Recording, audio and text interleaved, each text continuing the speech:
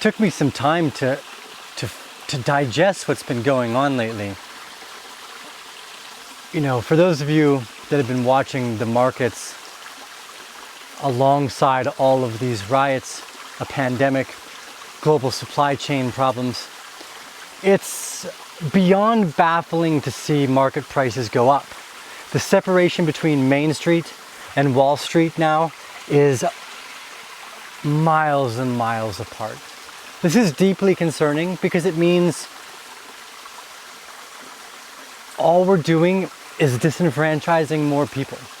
The very little wealth that is left in Main Street is being stripped away. It is horrendous to see what's happening in the streets of the United States. Tribalism, power, and oppression have been a problem throughout society's history. It never bodes well. The disparaging difference between the wealthy and the lower and middle class people has been growing and accelerating. This always turns out bad. You know, we kind of look at it backwards, but a great society doesn't come from having great education. It comes from having good entrepreneurs, people that like working. Education is a side effect of that. You know, the United States has been on a total degradation in some way, shape, or form because the wealth of the country has been shoved into the hands of so few. The Federal Reserve bailing out their friends, their bond buddies, buying out corporate America in the background, again, while Main Street basically goes bust. We've been watching a rising bearish wedge on both the NASDAQ, the S&P 500, as well as the Dow Jones Industrial Average. These all represent a composite index of different companies in the United States. Seeing them, especially the S&P 500, break up on what should be a bearish signal is a big indicator to me that things are not going well. And that the money printing that we're seeing go into the system, although the markets are green, the markets are likely green because the asset prices are inflating next to the value of the dollar. The US currency is nothing but paper, right? It's backed by nothing but the confidence of the government and the army, or of that government, their ability to kind of force regulation and acceptance. Now, I've been invested in Bitcoin from about 7 to 8 years now. And one of the things that I've always been excited about this space, and which I hope comes back to it, is that our interest here was to remove that gap, to help remove some of the disparity that's taken place through the system of finance that we have operating around the world. Because it's always robbing the little guy. You know, they say the Federal Reserve comes out and says something like, oh, we're going to inflate currency supply by 2% every year, which means effectively that every year they're going to take 2% away from the ability that you had of your $100 to purchase something. So now it's 98, and then 96, and then $94 in purchasing power year after year. This is massively disruptive for those people that are not hedging themselves by owning assets like Tesla, Amazon, Shopify, PayPal, Slack, all up 40 to 50% almost from their bottoms this year from the recent pandemic. We've seen what's become a V recovery, but under no circumstances has the world recovered. Global trade still stopped at a standstill. Tourism, the travel industry, restaurants, all stopped almost dead in their tracks. It is very worrying to see this level of disconnect, and it reminds me of like watching Wile E. Coyote run off the cliff. And Wile E. Coyote is fine up until the point when he looks down and realizes there's no ground beneath him anymore.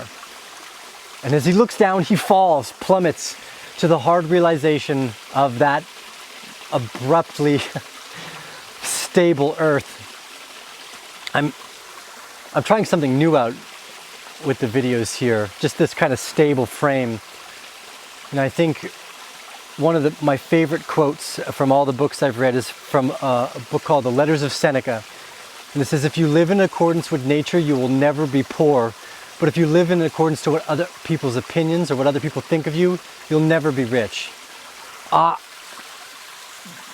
sitting on my property right now surrounded by the richest wealth of beauty I've ever seen. Nature fulfills beyond most people's understanding. We need to really make a difference though in really trying to estimate what poor and what wealthy means. My gardener,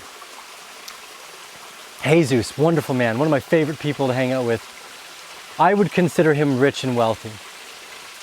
But he works for maybe $3, $4, or $5 an hour, right?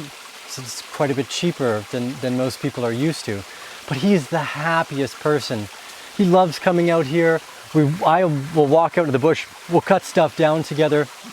And I think until we as a civilization, we as a species, understand that wealth needs to maintain a balance and relationship with nature, we won't find balance and harmony. And out of all the crazy crap that's going on in the world right now, I hope people take the time to go back and reflect with nature. You know, it took us a long time to get here, and we've all evolved here for better or for worse to survive together. You know, there's no easy resolve for some of this, right? You know, I'm chatting with my friends, defunding the police, not giving them military equipment, education, cultural development at an early age. These meditation, I would love to see what happens if you start teaching kids meditation and creative classes from a very early age instead of this regurgitative bullshit that they call education. If you're an American citizen, your taxes pay for the police and the military to do all the shit that they do. You're partially responsible. All of you are. I don't pay United States taxes. I don't fund their government. I don't fund their military. So I have really no skin in the game for the United States. But from an outside perspective, as soon as a country loses its relationships with nature and the brilliance and wealth that is the environment that they live in, it will inevitably result in the downfall of that civilization, of that country, that nation, whatever it might be. The debasement of the money is just one of those things that we're seeing now. Anyways, I think the markets are likely going to keep going up. If they can just keep printing money and the markets just keep going up, I don't see why not. It's the dollar that's losing the value. The assets are still incredibly powerful. Business will still continue to move forward. But the United States' day of owning the markets may well be over very soon. And by soon, I mean the next 10 years. It's been a while since we've had a rant here, so excuse me, there's a lot to go over. I'm gonna cut it here. I'm really, really excited for the next 10 years in Bitcoin. The next 10 years in the digital space in general. Technology is moving so quickly. Spend your time in nature, find your balance with technology, and we live one of the most beautiful, beautiful lives as a human species over the next 100 years. Hats off to everyone standing up and standing against oppressive governments and regimes, against oppression wherever you might be in the world. It's unacceptable, and it's been happening for too long, not just in the United States. Many countries around the world have many different issues. I'm proud of everyone who stands up against those, because it is not easy. Anyways, silent protest with Bitcoin, ladies and gentlemen, against the financial markets. Leave us your thoughts, your comments, your questions down below. This is T with the Arcane Bear. I'm signing off for the rest of the day, and we'll see you guys again on the other side.